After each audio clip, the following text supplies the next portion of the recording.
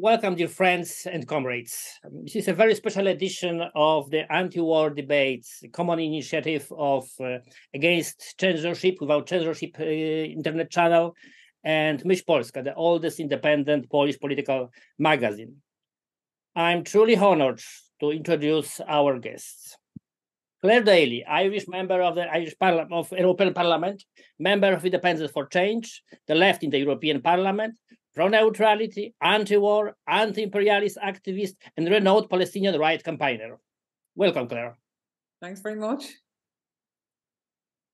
Ambassador Peter Ford, diplomat, ambassador to Bahrain from 1999 to 2003, and Syria from 2003-2006.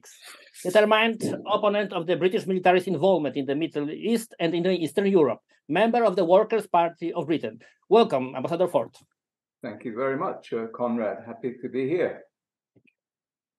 Tommy Sheridan, Scottish Socialist MSP and current chair of the Scottish independence campaign Hope Over Fear. Hi, Konrad. Thank you for the invitation. Mick Wallace, Irish member of the European Parliament, leader of Independence for Change, left in the European Parliament, renowned anti-war activist, a proven friend of the Palestinian case, engaged in supporting and anti-imperialist movements in the Middle East, Africa, and South America. Welcome, Mick. Thank you very much. Glad to be here.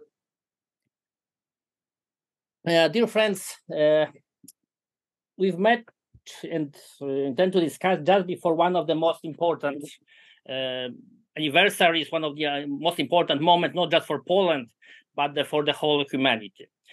Speaking just before 1st of September, let me remind the word of Polish General Kazimierz Sosnkowski, Polish Commander-in-Chief, during the late period of the World War II. He has written to the Polish soldiers in 1944. 5 years have passed since the day when Poland, having listened to the encouragement of the British government and received its guarantees, stood alone in the fight against the German power. After this harsh but true reminder that Poland was pushed to fight by Britain, Churchill successfully demanded General Sosnkowski dismissal. Clare, can we say today that it was the encouragement of London and Washington that pushed Kiev to pursue a policy that resulted in the war with Russia?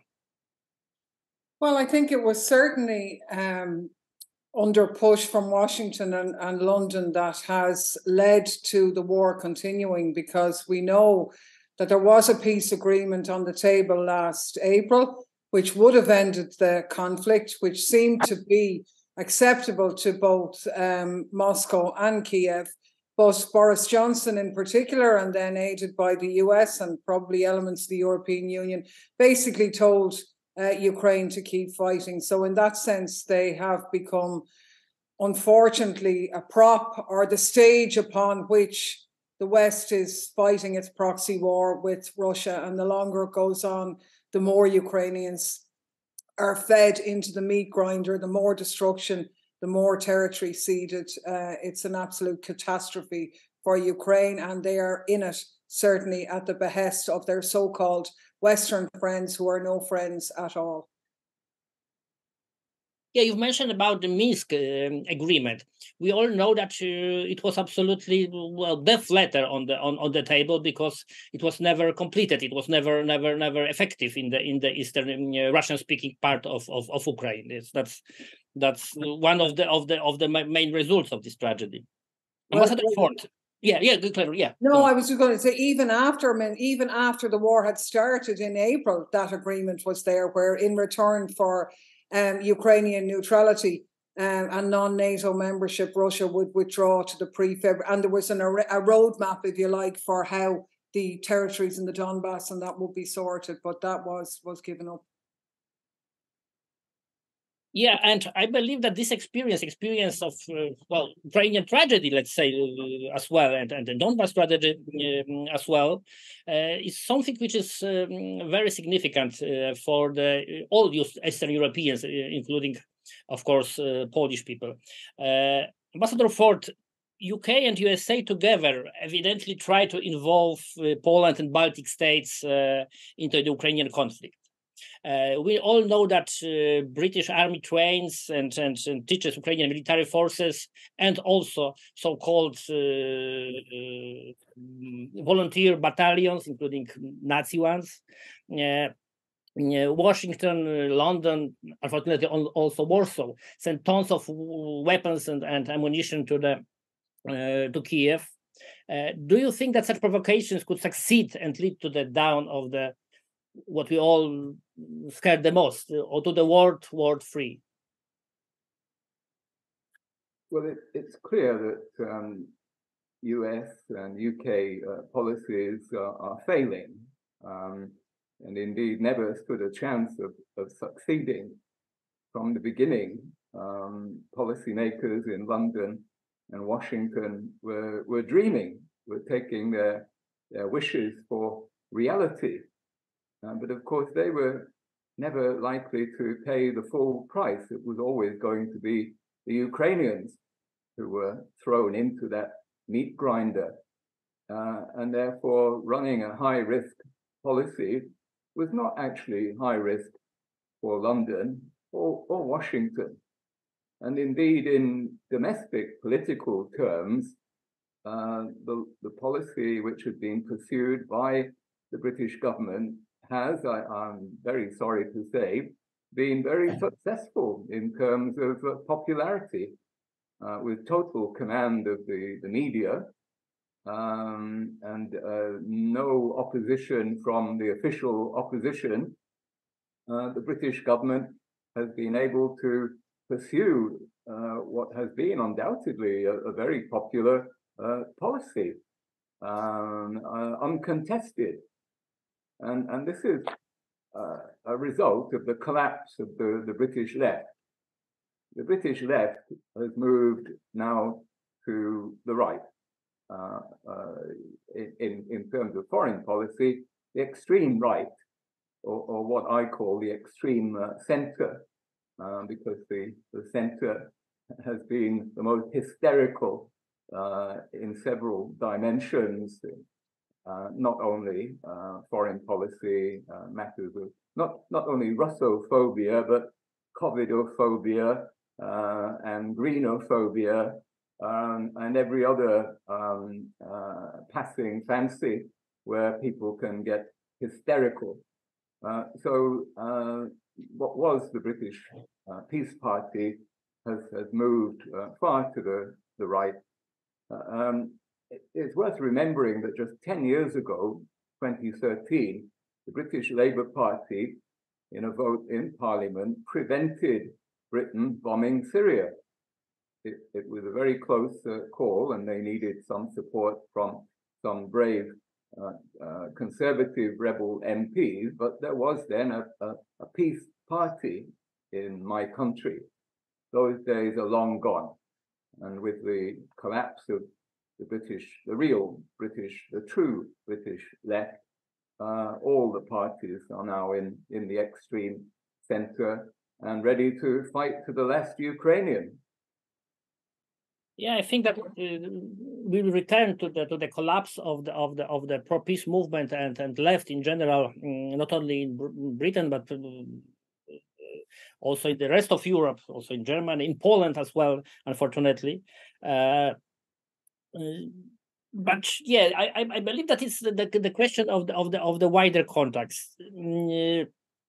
Mick, if I can speak to the Mick Wallace, you observed tragic results of a lot of imperialist aggression, all over the world, in the Middle East, in Africa. We already know that there is significant increase in the military involvement of Polish forces in the Polish-Belarusian borders. They are German army sent to Lithuania, British army sent to Estonia. Do you find that it's possible to, that is the first step to the full-scale war in Europe? And how do you think, is it how it fit to the global context of the conflicts, imperialist conflicts in Africa, imperialist conflict in South Asia, in escalation in relations between America and China? This is this final element of the rivalry of competition of imperialists. How we can evaluate this global situation in context of Ukraine crisis? Yeah, I suppose to put it in context, back in 1960, when Eisenhower was going out of power in America, he addressed the worry and concern about the build-up of what he described, probably the first time the term was used, but he described it as the military-industrial complex that the US were developing at an enormous rate, and at a rate that the entity was probably becoming more powerful than anybody was going to be able to control. Now, obviously, since then, we have seen a lot of military activity from the US. They have over 800 military bases worldwide. Since the Second World War, they dropped more bombs every year than every other country put together. They have there's a certain elite element in the US that has a business interest in promoting war. Now, with regard to the wars that the US promote, you will have noticed that there's none of them on their land.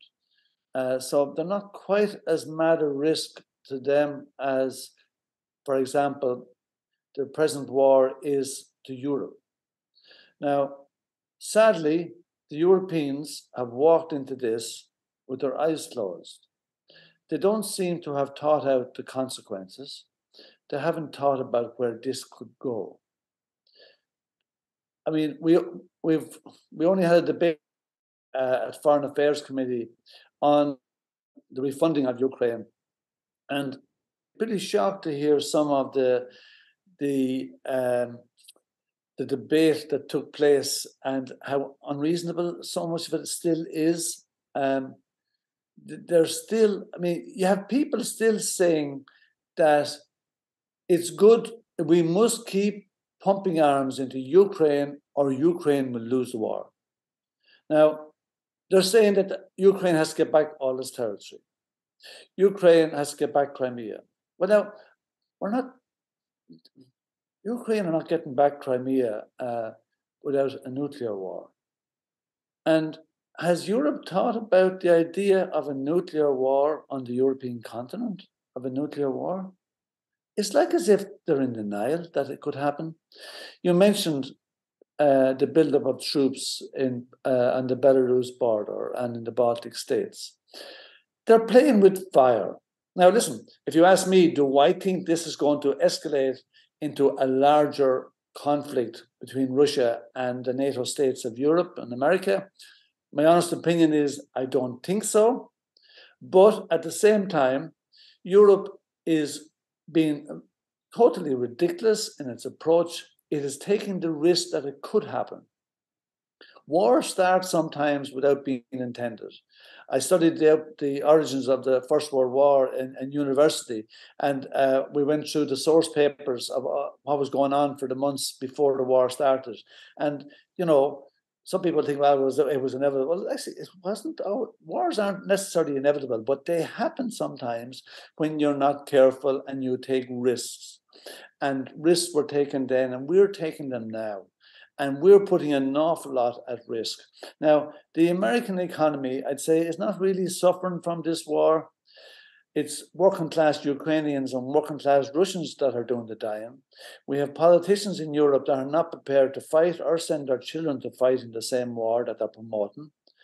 And not only that, but we have a 17% increase in food price in Europe in the last 12 months that is linked to the war. We have European politicians making calls that are not in the interest of their citizens.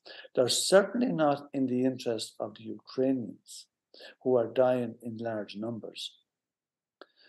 These people, sadly, we don't have listen, I've been saying all my life that politics doesn't really attract intelligent people. And there's an awful lot of a serious lack of strong leadership in Europe at the moment. Merkel wouldn't have liked our politics much, but she was tough, she was strong. I'm not so sure the war would have started if she was still in place. Scholz is weak. And we have a situation at the moment. I mean, there's no point in talking about the Brits. They're becoming almost a failed state. And we're at a situation where Macron probably looks like the strongest of the leaders of the main countries. God help us, because Macron is not impressive. And his speech, which I read from Monday through his ambassadors, is a little bit scary, right? So if he's the best of them, we have a big problem in Europe. And at the European institution level, von der Leyen has been a dangerous little individual. Borrell and Michel are just weak, but von der Leyen is actually a little bit dangerous. So we're at a time where leadership good leadership, strong leadership is in short supply, and we have politicians making decisions that actually don't impact on their lives very much, but are doing detrimental damage to many others. And as you said, putting a lot at risk in terms of the potential of things escalating. Yes, I believe that speaking about some kind of crisis of Europe, European solidarity, European leadership is a very important aspect. As you know, I was in Ireland to listen your triple lock debate, neutrality debate, and well, I think that one of the few positives of that, it was that we could hear from the independent, of course, side, so many details about militarization of Europe. I believe that not everyone in European Union is even aware how militarized this structure became, since the especially Lisbon Treaty and all these joining initiatives with NATO, with Western European Union. That's very important, and some kind hidden information which is not fully known, also for Polish, well, mostly still euro enthusiastic audience. So it's a very important element to remind about that. But speaking about the great Europe, we're speaking about the even of each country separately as well, because Tommy Sheridan, you are one of the most famous pro-independence activists in Scotland. And, well, I believe, as being a Pole living in Scotland as well, I find it kind of, well, paradox that the Westminster government is so determined in supporting something they call Ukrainian independence, and in the same time, they provide evidently imperialist and neo-colonial policy also towards Scotland and to any other countries, especially former colonies, and also toward Eastern European countries. As a Scottish pro-independence socialist activist, how do you recognize situation in Ukraine, considering rights of minorities, rights of Russian language speaking majority of the east of Ukraine? How do you find the situation of these former eastern regions of Ukraine who voted for independence, like Donetsk, like the old Donbass, like previously Crimea, like Ruthenia, and other who supported federation or even pro-independence there? You are like Westminster like to say separatist. How do you think? So what do you think about the separatism there?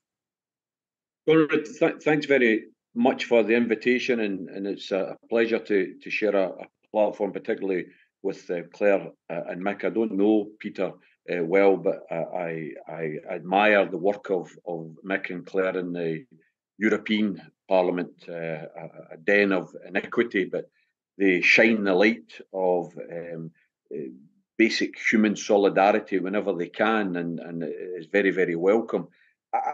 Mick made a point there about the inevitability of wars sometimes, and sometimes that they're not inevitable. I was preparing for today's debate by reminding myself of the Organisation for Security and Cooperation in Europe's report into the 2010 election in Ukraine. In the 2010 election in Ukraine, they said of that election, which Yanukovych won, the pro-Russian, anti-NATO president, that was described as an impressive display of democracy. An impressive display of democracy. The OSCE observers said it was a fully fair and very competitive election. And the reason I think it's important in a discussion like this that we remind ourselves of what happened in 2010 is because that leads us to what happened in 2014 when that victory, that impressive display of democracy was overthrown militarily, violently by neo-Nazis funded by America. That's now without dispute in relation to the leaked telephone conversations between the Ukraine and the US ambassador. It is clear that the US was behind that military violent overthrow of an elected government in 2010. Why? Because that government didn't want further links with NATO, didn't want to join NATO, wanted to retain their neutrality. And therefore, in terms of inevitability of this war, personally, I think it was inevitable after the coup of 2014, because several months thereafter, Ukraine announced that it was reaching out to NATO. And NATO, in its absolute stupidity, said, yes, we would welcome Ukraine. Is it any wonder then that Pope Francis has the courage last year to make the point that none of the European political leaders have had the balls and courage to make, and that is that Russia was provoked in relation to the invasion. The dog barking at the door, as Pope Francis said. When the dog keeps barking at the door, inevitably there is a response. Would the American government be happy if China announced tomorrow that it was sighting nuclear weapons in Mexico? All we need to do is look at history. The 61 Cuban Missile Crisis nearly brought us a nuclear war. Why? Because Russian missiles were going to be put on Cuba, 90 miles from America. America didn't like it. So why should Russia be prepared to accept its neighbour having NATO nuclear weapons within its territory? Quite frankly, Conrad, that's what, in my opinion, made the war inevitable. There was no way that Russia could allow its sovereignty to be so endangered. And it is horrible for a socialist like myself, who is completely and utterly anti-war, particularly anti-nuclear weapons and the whole idea of military might. I hate it, because the only people that ever suffer are working class people. That's the ones who die in wars. We know that. We know that from experience. But I have to tell you, if I was Vladimir Putin in the similar situation, quite frankly, what else would you do but to invade, to try and defend your sovereignty? So in many respects, I think this war has been made inevitable by the actions of NATO, led, of course, by the United States of America. And I have to say, Conrad, that I think they have miscalculated. I think they thought with the funding and arming of Ukraine and the imposition of absolute widespread sanctions, Russia would collapse. And what has happened is China, India, Brazil, Argentina, other countries across the planet have said, sorry, we don't want part of your imperialist expansion. We're no longer willing to nod to whatever America says. I think there's a reconfiguration of the world going on before our very eyes right now. I think the recent BRICS conference just last week there in Egypt indicated that I think almost a third of the global output is now going to be part of the BRICS organization and moving away from NATO and NATO-inspired economic cooperation. So, Conrad, I think there's a lot of things going on in the world. The most tragic thing is the loss of Ukrainian soldiers, Ukrainian citizens. It is absolutely terrible. But if I was forced into a position of saying, would I have supported that invasion if I was a Russian citizen? I'm going to have to be honest and say, yes, I would, because I think Russia's sovereignty is at stake here. Yeah, well, I totally agree. I would say that, well, I've worked in Ukraine for many years. I worked for Polish self-government in the eastern Poland. I have a lot of friends in Ukraine. I was journalist in Ukraine as well. And now in TV news, I recognize the places I know with all these, bombs and rockets on that, prepared to war, preparing thousands and millions of innocent people for death. They really didn't want to be involved in. It's absolutely tragedy, but I believe that a lot of Polish families also remember so-called Cuban crisis in the 60s, and we older of us remember perfectly that it has begun not with Soviet involvement in Cuba, but in American involvement in Turkey, and American missiles in Turkey, just in the range of Baku and industry areas in Soviet Union. So it's always some imperialist actions in the one step before, and we have to remember about it. Speak about provocations. I would say that considering all these threats we are talking about, understanding the risk we are playing with, or our governments are playing with. Let's talk about possible solutions, if you can, of course, imagine any. As I mentioned a couple of weeks ago, I was in Ireland to hear a debate about neutrality, and I'd like to ask. First is the question to me, but of course I ask you all to join. Is it issue of neutrality is still up to date in the present world? Because we know that after Western encouragement or Western orders, Kiev declined of neutrality. Finland has joined NATO. Ireland is pushed to NATO. Sweden applied to NATO. Is it still place for some kind of non-alignment international movement, some kind of pro-neutrality coalition, some kind of the new Bandung spirit? Is it still possible? Nick, what do you think? Yes, it's difficult, right? When the non-aligned movement was started at the beginning of the 60s, it seemed like a real powerful opportunity to do things different, but it was quashed, and it was quashed more by the Americans than by anybody else. They didn't want this to happen, and there hasn't really been a serious effort to get it back on track.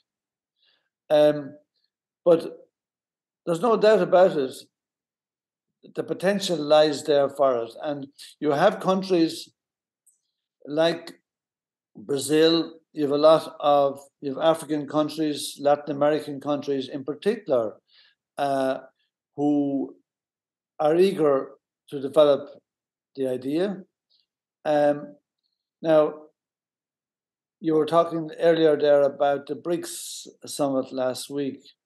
Now, I mean, could the BRICS entity lead towards that? It could play a role. Now, most people will probably just see the BRICS thing as that's the China camp, that's the Russia camp. But if you look at the countries that they're eager to bring in, they very much focused on economic unity rather than political unity in the selection of new countries. For example, bringing in Argentina, bringing in Ethiopia and Egypt. I mean, these countries have strong relationships with the Western powers. And and they were prepared to join the BRICS, and the BRICS were prepared to take them in. I suppose the big question is, can China be a sort of a neutral player, even though the fact that is becoming incredibly powerful? It will probably be the largest economy in the world within 10 years. And what will it be like when it's number one? Well, we don't know that yet because it hasn't happened, right? We like to think that China will not be aggressive, that they will not be expansionist. Traditionally, in their history, they haven't been expansionist, and you'd like to think that they won't be. But whether they can actually, despite being very powerful, whether they can play that role where they could actually help the non-aligned movement to grow is a challenge, right? But there's been an awful lot of damage done, in particular since the end of the Second World War. An awful lot of lives destroyed. Millions of people have been killed. Tens of millions have been displaced. Capitalism, as we know it, has kind of failed. And with the environmental challenges as well, the perpetual growth, which is at the core of capitalism, is not really sustainable if we want to save the planet. These endless wars are not sustainable if we want to save the planet. The military-industrial complex has a greater toll of emissions than aviation and shipping put together, but people don't talk about that. But all the destruction that has been imposed on different parts of the world through military activity isn't acceptable anymore, and it isn't good enough. And it does point to the fact that we have to actually start behaving in a more sensible fashion, and we have to stop letting any imperial power dictate like they have in the past. It won't be easy. It's hard to fight power and money, but we would like to think that where we've been heading for a number of years now is not good. Something has to give. We need something different. We need change. And we need governments to realign themselves, and they need to start prioritizing the interests of their citizens rather than perpetually prioritizing the interest of big business, because that hasn't been happening. I don't want to start talking about neoliberalism, but as Chomsky said, he described it as capitalism with the gloves off, where the interest of large business is prioritized 100% above those of the ordinary citizen. But the planet hasn't been going in a good direction for a while, and a non-aligned movement could be an incredibly positive force. But as I said, it's challenging to bring it about. But you know what? There's been a lot of challenging things in the past, and Rome wasn't built in a day, but it was started, and we should gather together like-minded countries now towards building a real non-aligned movement and get as many countries to join in time, because this is the way forward. Can I just add to that, Conrad? Because I think Mick is right, but I suppose where I would differ is I'm not saying it's easy, but I do think there's a momentum behind that now, because too often those of us in Europe look at the situation from a sort of an Atlanticist lens of Western media coverage. But the reality is that the countries where most of the world's population live haven't taken sides in this war. They haven't bent the knee to Western propaganda. And it's those countries like, this war has been led by the military-industrial complex. We know that NATO is responsible for 3/4 of global arms expenditure every year. This is where the drive is coming from. But actually, neutrality is more important than ever before. Mick explained the situation nationally. But even inside Europe, let's look at that. Because there is a divide between what the governments say in the countries of Europe and how the people think. Because you made the point of the meetings in Ireland and the discussions around militarisation. One of the reasons why those discussions happen in Ireland is we're the only country which puts these issues to the people for a vote. So the people of Finland and the people of Sweden didn't have a vote in their countries joining NATO. Their governments decided it over their heads. And we find ourselves contacted every week, every day probably, by people all over Europe and beyond who thank us for speaking out for peace and rational argument and for not going along with the warmonger. So those exist in countries all over Europe. And that's why for us, you know, there are other neutral countries, obviously on the global scale, but even in Europe, Malta, Austria, Ireland, Cyprus, we're still there. The battle to erode Ireland's neutrality has a real importance now for everybody, because if they succeed in bullying us out of it, that's a setback for everybody in Europe. I remember, seeing as we are talking to a Polish audience, when we got elected first, being on the Security and Defence Committee and talking about the need for neutrality and how we were proudly neutral. And there was a Polish MEP sitting beside me, and he went mad, and he just said, the cheek of you, how could you dare be neutral? It's all right for you sitting over there on the other side of Europe.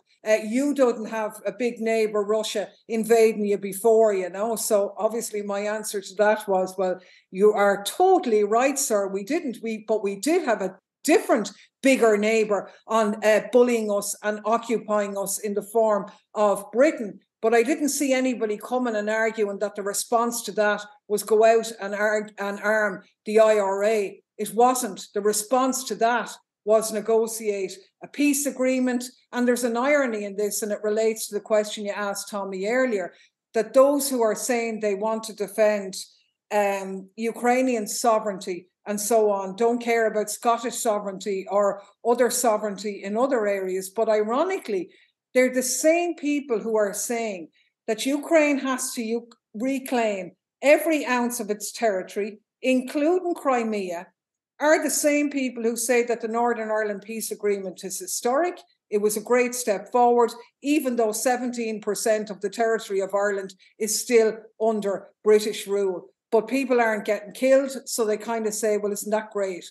So you can see the hypocrisy there. But my point just being is, I think neutrality is more important. And that's why a country like Ireland, which is firmly in the Western camp, but was colonised and has that history, could have played a really good role when we were on the Security Council, along with Mexico, which is a big neutral country. They put forward the idea of a peace plan. Ireland didn't even back that. That's how bad we've become. But so many of the European leaderships are like that. But that's different than the way the European people think. And I think, you know, there is a danger that a lot of countries, particularly some of the Polish representatives, are very cavalier.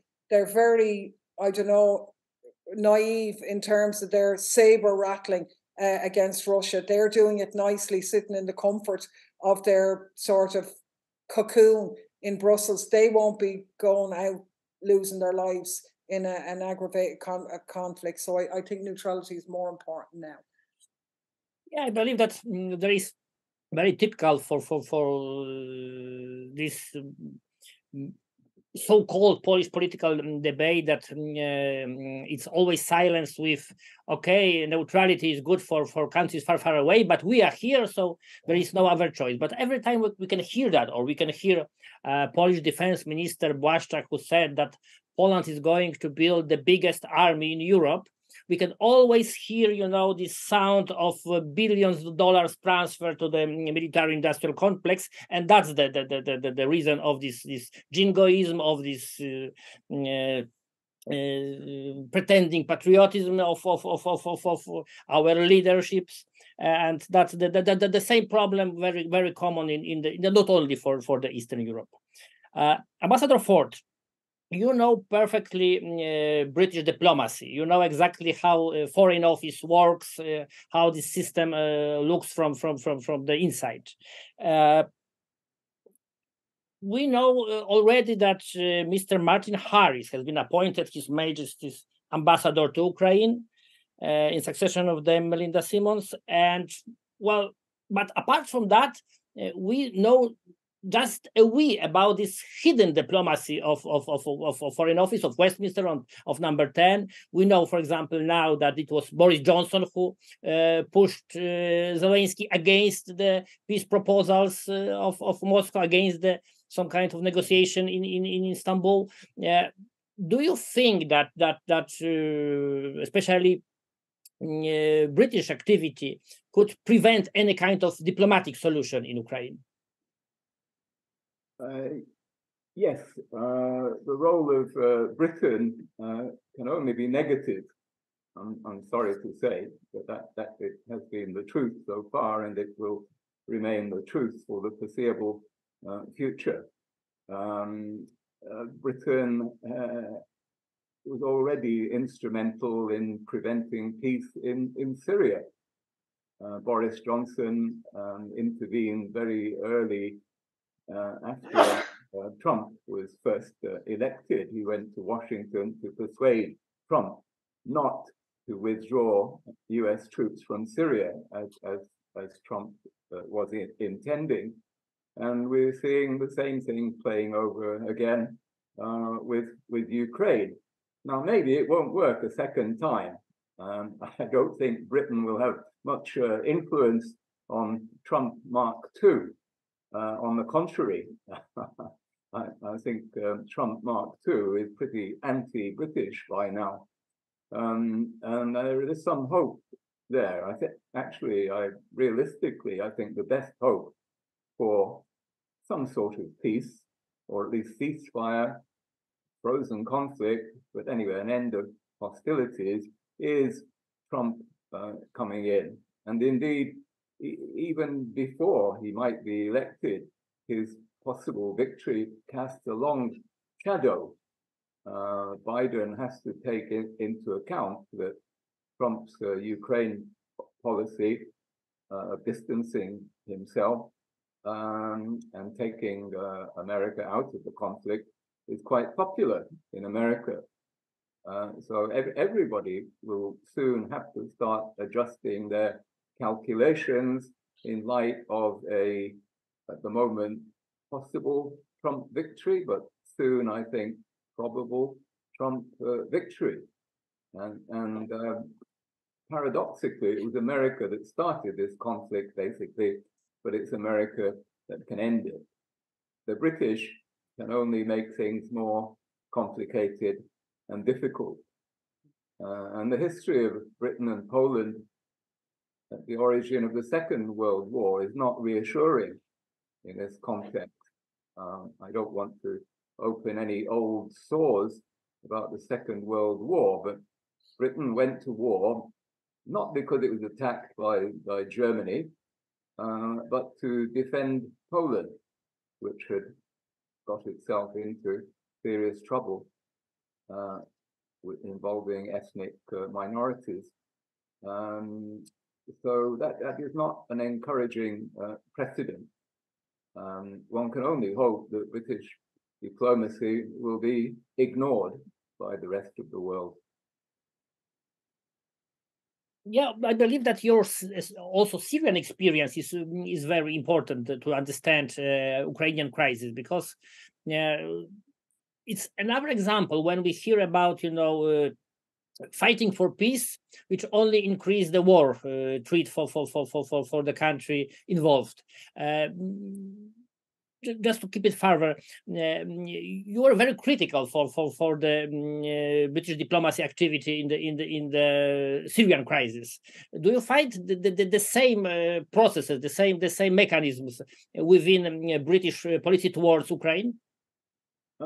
Absolutely, and in the Syria conflict, a big part of the explanation for Britain's attitude has been Russophobia, because the Syrian government was forced to ally itself with Russia when it was desperate, when the forces of ISIS were at the gates of Damascus.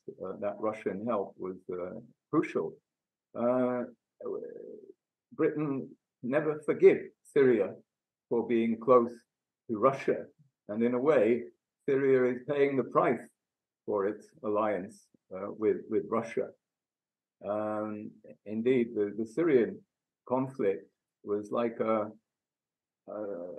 preparation for the Ukraine conflict. You saw the same lineup of opposing forces, basically, the same use of proxies. So in Syria, the Western powers were using jihadi militias and Kurdish separatist militias. And of course, in Ukraine, they're using the Ukrainian armed forces as their proxies. So many parallels, down to the technical level, the use of propaganda, the use of fake news, and the creation of a monolithic narrative in the mainstream media. The Western powers, particularly Britain, honed their media manipulation skills in the Syria conflict, in particular through the use of the state broadcaster, the BBC, which is the main cheerleader for the conflict, or Britain's role in the conflict in Ukraine as well as Syria. So many parallels, all pretty nefast, unfortunate. I believe that we also experience the element of this not only black PR but directly censorship in Poland. Our independent newspapers like Polska Magazine are under censorship of political police in Poland. Our independent channels are blocked, and we are still under threat of arrests and other kind of, like European Parliament like to say, illiberal practices. It's not illiberal practices, it's authoritarianism. It's not Atlantist, not authoritarianism. Tommy, you are also a veteran of anti-war activity. Are you able to explain what has happened to the anti-war movement in Scotland, in England, in the whole Europe? What has happened with people who gathered against the Iraqi war, who previously protested in Faslane, in Greenham, in Menwith Hill? What has happened with Greenpeace, now sponsored by military corporations? What has happened with Greens, which in Scotland and in England and in Germany, of course, just transfer themselves to the pro-NATO, pro-imperialist position? What has happened to the anti-war movement? Has these people forgotten about the war treaty?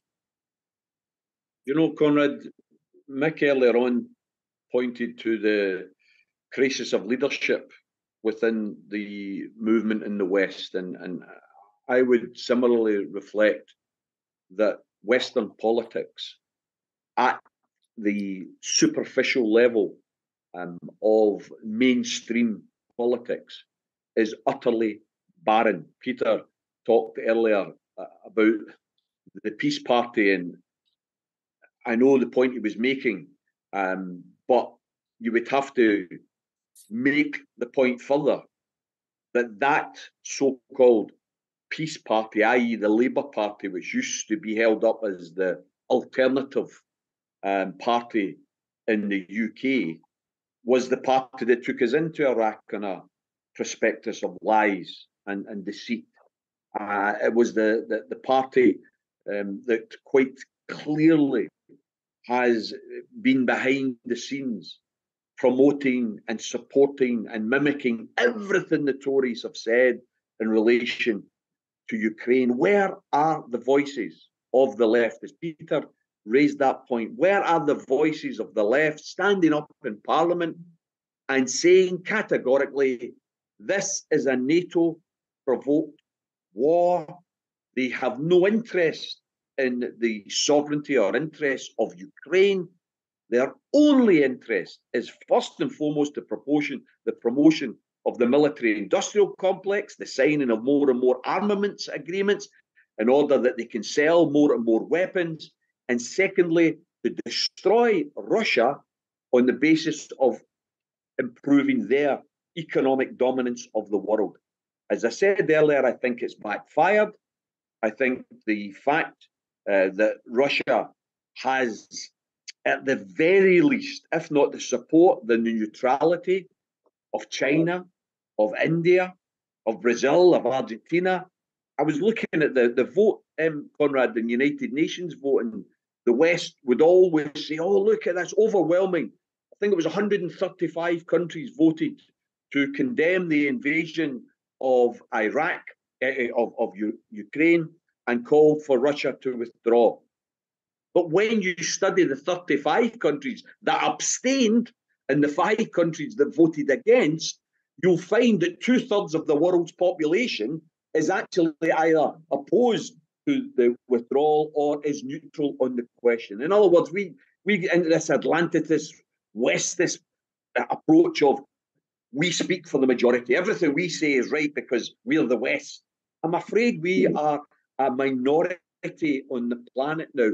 And although I'm painting, I think, a bit of a pessimistic picture in terms of the West, let's take some encouragement from what's been happening in Latin America over recent years, where there has been the election of, at the very least, neutral, if not outwardly anti-US imperialist parties in countries like Chile, like Bolivia, like Argentina, the continuing maintenance of Venezuela. And now, I mean, for goodness sakes, if we didn't have the Ukraine conflict, we would be having a discussion like this, asking ourselves, how is it in West Africa that there have been 4 coups against French neocolonialism in the space of 3 years? French's neocolonialism is collapsing before our eyes. So there's a lot of complexity going on in the world. It's not all one direction. I feel, as I said at the very start, that I think there's a world reconfiguration taking place, and that inevitably leads to many conflicts, many consequences, not all of which that we can control. But we, those of us who believe in fundamental socialist principles, we have to always refer to what is in the interest of the class that we come from and the class that we try and represent, the working classes. And war is never the solution for working class people, because war only means one set of working class people killing another set of working class. That's all war is. So we have a duty in each of our countries to continually oppose war and be part of the anti-war movement, no doubt about it. But don't let anybody say being anti-war means you're pro-Ukrainian, because I'm not pro-Ukrainian.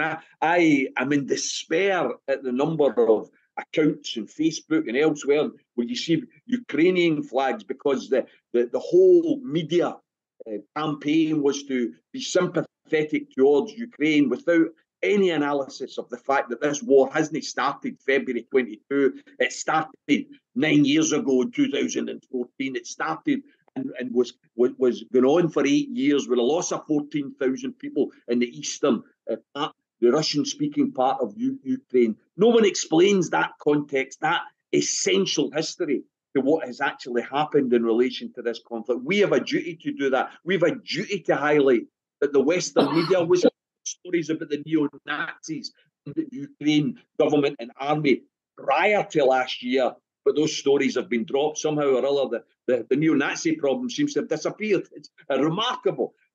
Yet we have to have the courage and the tenacity to keep raising these things. And I think Claire is absolutely right when she talks about not being taken in by the fact that the countries of the West announce things. We don't get the vote on whether we support the Ukraine war. Nobody said the vote on whether we support Ukraine and the war. It's just been taken for granted. Well, I'm afraid that should not be taken for granted. We have to demand more debate, more discussion, informed debate and discussion about the real consequences and the real background and context to this conflict. Well, I would say that even from my own life experience, if anyone could call themselves pro-Ukrainian, I proved with my life that I help Ukraine with humanitarian pomoc, help with humanitarian and supporting democracy in Ukraine as well. And I can say that, yes, I am pro-Ukrainian. That's why I want to this war to stop. That's why I want this Nazi oligarchic government in Kiev to collapse. That's why I want Ukrainian people to decide about themselves. That's the fact, not about any other rule. And it's not a question of symmetries. It's a question of understanding the right to self-determination future of nations. I believe that we all can understand that Ukrainian people should have such a right against this NATO aggression, NATO occupation over the Kiev. But I said that it's very sad when you observe these Ukrainian flags over government buildings in London, on the Foreign Office and Defense Ministry. I saw that in Dublin. I saw that in Hollywood as well, unfortunately. And of course, there are a lot of them in Warsaw because they're not a symbol of Ukrainian resistance. It's a symbol of Ukrainian tragedy, tragedy of the nation who is under Atlantic occupation. That's what we have to say.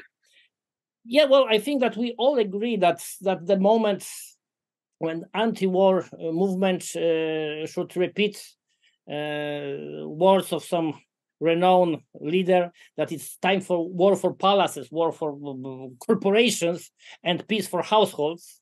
And that's the point, because I totally agree with absent today George Galloway, who said that he's not pacifist.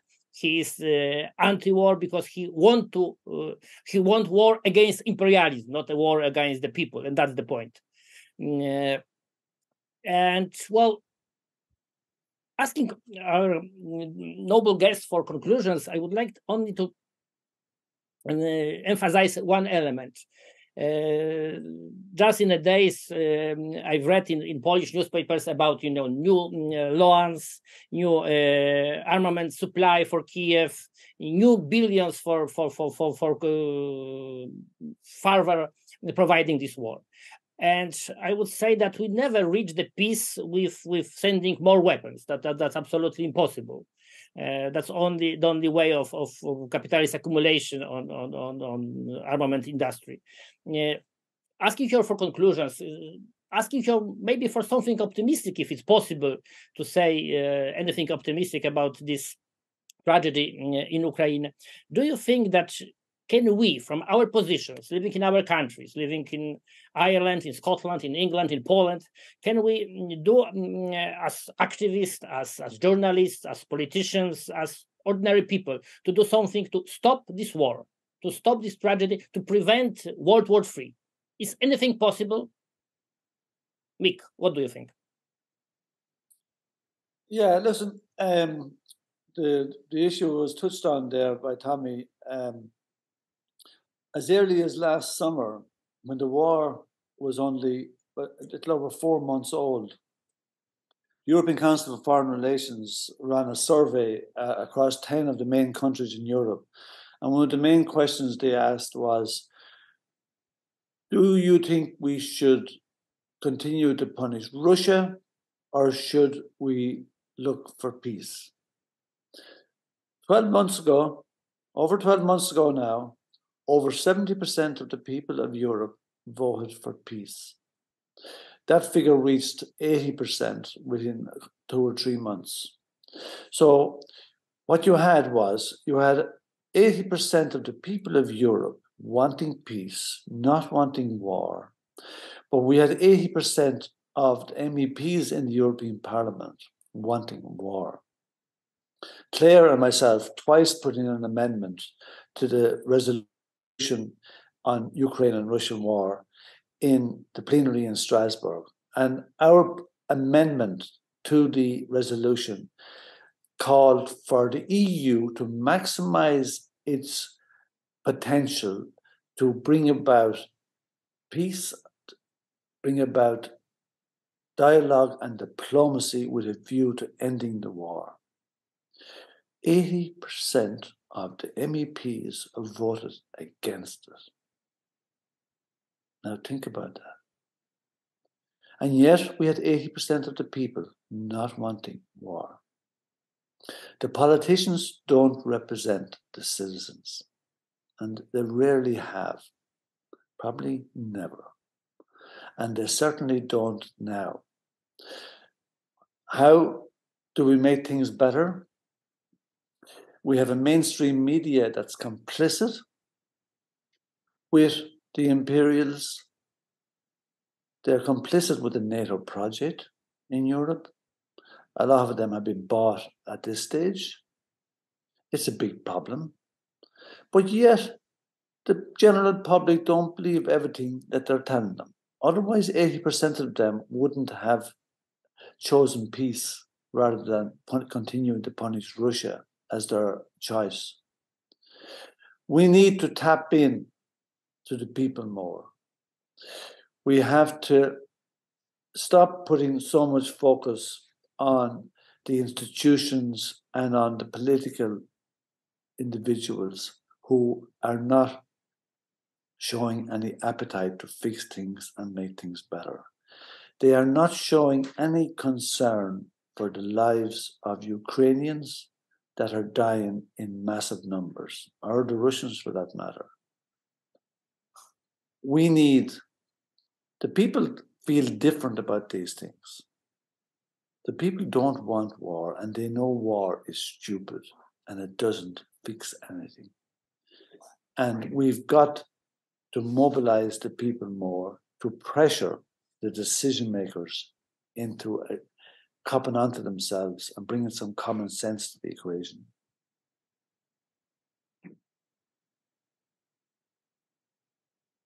Clare?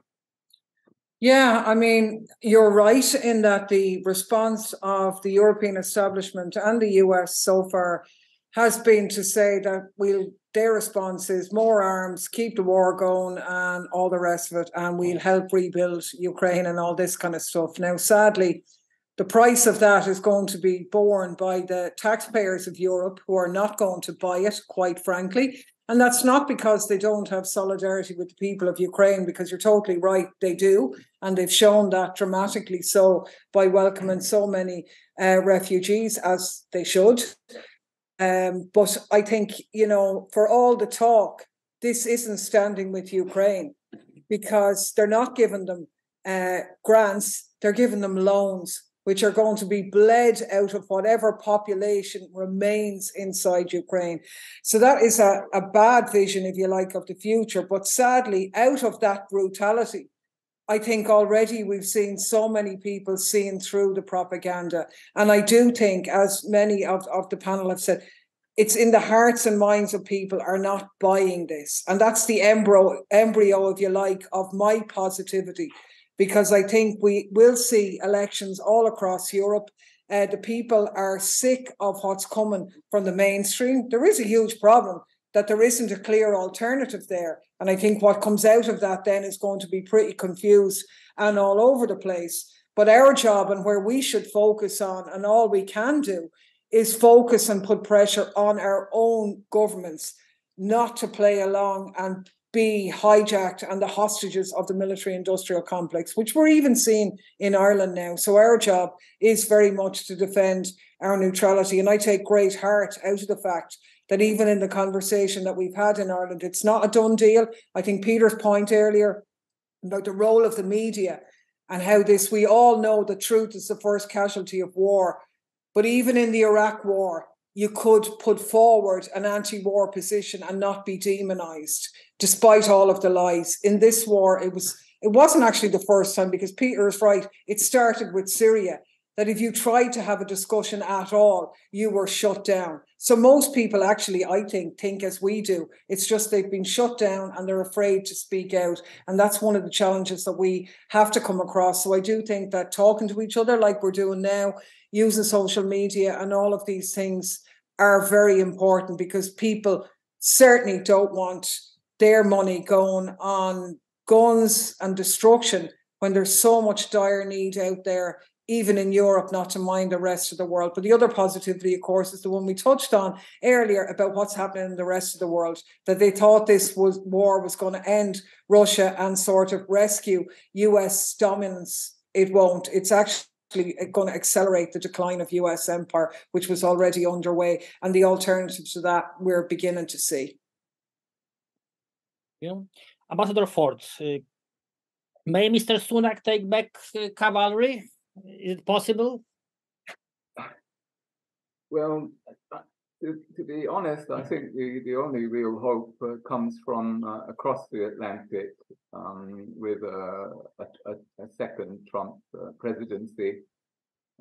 This would change the weather on war and give a boost to populist trends.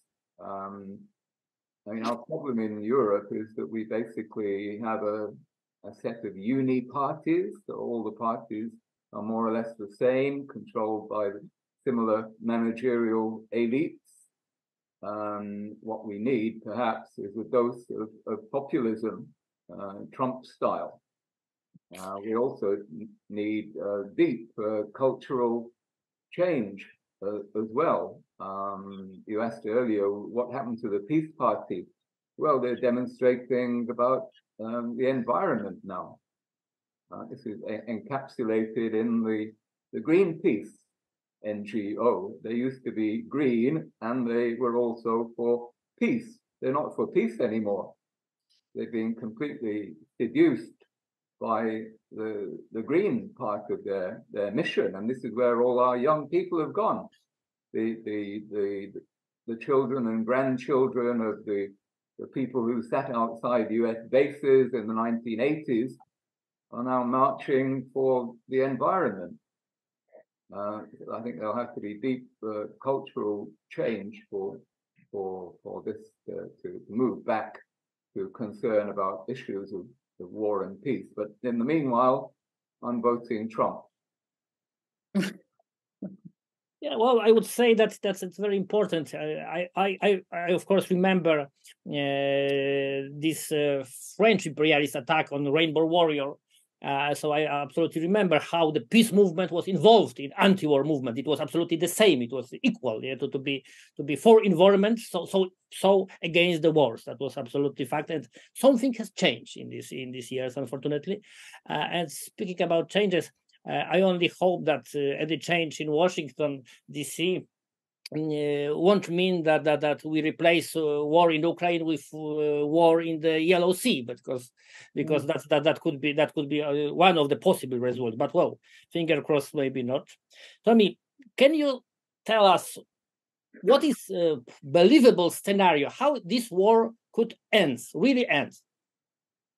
I think the only inevitable end for me, Conrad, will be around a negotiating table. Every war in history has always ended around a negotiating table. It's just how quickly you can get to that table without further loss of life that matters, and we need to have an acceleration in getting to that table. I don't think there is any way there will be a peace without a reconfiguration of Ukraine. Parts of Ukraine will be no longer part of the Ukrainian sovereign state. They will be either independent republics or directly aligned with Russia.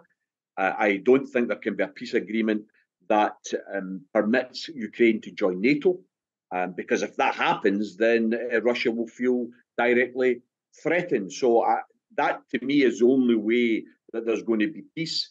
If NATO withdraws its clause and stops this insane expansion, which is based on no military sense whatsoever, and is all about the US and economic domination and nothing about genuine security.